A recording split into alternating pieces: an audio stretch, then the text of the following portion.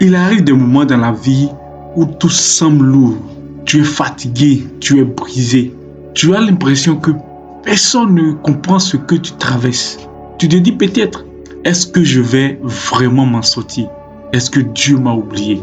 Mais écoute ceci, Dieu n'abandonne jamais ses enfants. Je t'assure, si tu es enfant de Dieu, Dieu ne va jamais t'abandonner, quels que soient tes problèmes. Même dans la nuit la plus sombre, même au milieu de la tempête, il est encore là. La présence de Dieu est toujours là pour te surveiller. Sache une chose, tu n'es pas seul et tu ne seras jamais seul. En tout moment, il est auprès de toi. La Bible déclare dans le livre de Ésaïe chapitre 41, le verset 10, il dit « Ne crains rien, car je suis avec toi. Ne promène pas des regards inquiets, car je suis ton Dieu. Je te fortifie, je viens à ton secours. Je te soutiens avec ma droite triomphante. » Écoute quelque chose. Ces paroles sont pour toi aujourd'hui. Ces paroles sont là pour te fortifier. Dieu dit, ne crains pas. Même si tu ne vois aucune issue, même si tu trembles, il est avec toi. Il est avec toi même si tout ne va pas. Même tes problèmes sont élargis. Il est avec toi. Il ne t'a pas créé pour t'abandonner. Dieu ne créa pas une personne pour que Dieu abandonne cette personne. Il est ton soutien, ta force et ton secours. Il faut retenir, en tout moment, en tout problème, en toute issue, en toute difficulté, c'est Dieu qui est ta force. Ces trois choses doivent résonner dans ta tête. Ton soutien, c'est qui? C'est Dieu. Ta force, c'est qui? C'est Dieu. Ton secours, c'est qui? C'est Dieu. Alors relève la tête. Ton histoire n'est pas encore finie. Ce que tu traverses n'est pas ta destination, loin de là. Et ce que tu traverses aujourd'hui n'est pas ta destination. C'est un passage. Et dans ce passage, Dieu marche avec toi. Souviens-toi aussi de ces promesses de Jésus dans le livre de Matthieu, le chapitre 11, le verset 28 à 29. La Bible dit, « Venez à moi, vous tous qui êtes fatigués et chargés, je vous donnerai du repos. Prenez mon joug sur vous et vous recevez mes instructions, car je suis doux et humble de cœur, et vous trouverez du repos pour vos âmes. » Alors, ma question pour toi, tu es fatigué? Tu es accablé? Alors viens à Jésus. Pas avec de grandes forces, pas avec de grands discours, pas avec de l'argent, pas avec des choses immenses, mais avec seulement ce que tu as. Et c'est quoi tu as? C'est ton fardeau. Alors, viens avec ton fardeau tel qu'il est.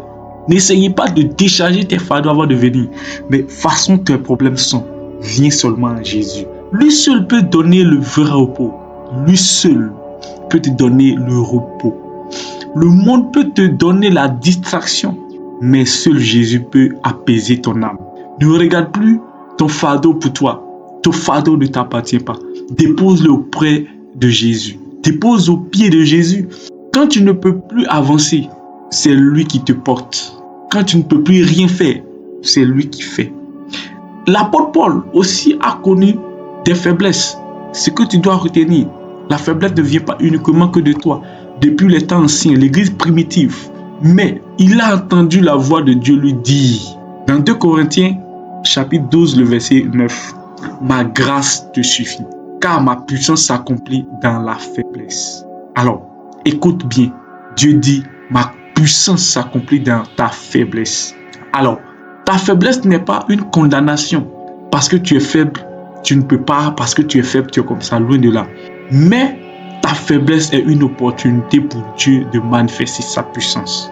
Quand tu arrives au bout de toi-même, où tu es limité, quand tu arrives sur tes limites, tes bornes, où tu pousses, ça ne peut plus, où tu pousses, ça ne marche plus, c'est là que Dieu commence à agir. Ne te dis pas, je suis trop faible, Dieu ne peut pas m'utiliser. Non, loin de là. Parce que tu es faible, Dieu ne peut pas t'utiliser, loin de là. Non, c'est juste parce que tu es faible que la grâce de Dieu va éclater.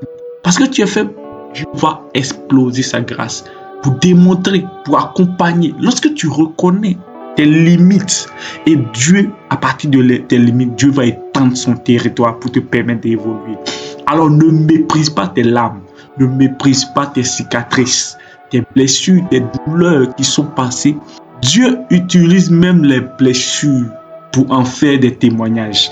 Le psalmiste dit, Lui, il a compris. Le saloniste avait compris. Dans le livre de Psaume, le chapitre 34, le verset 19, il est écrit: l'Éternel est auprès de ceux qui ont le cœur brisé. Il sauve ceux qui ont l'esprit abattu. Encore des questions pour toi. As-tu le cœur brisé? As-tu l'esprit abattu?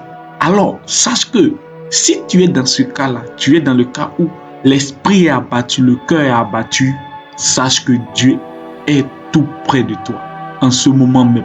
Depuis ta position, il est auprès de toi. Il ne fuit pas ta douleur. Il s'approche de toi dans ta douleur. Parce que tu es faible, tu as des difficultés, tu as des problèmes. Et puis Dieu te fuit, loin de là. Dieu est là dans ta douleur. Lorsque tu souffres, il est avec toi. Tes problèmes qui sont en train de se passer, il est avec toi.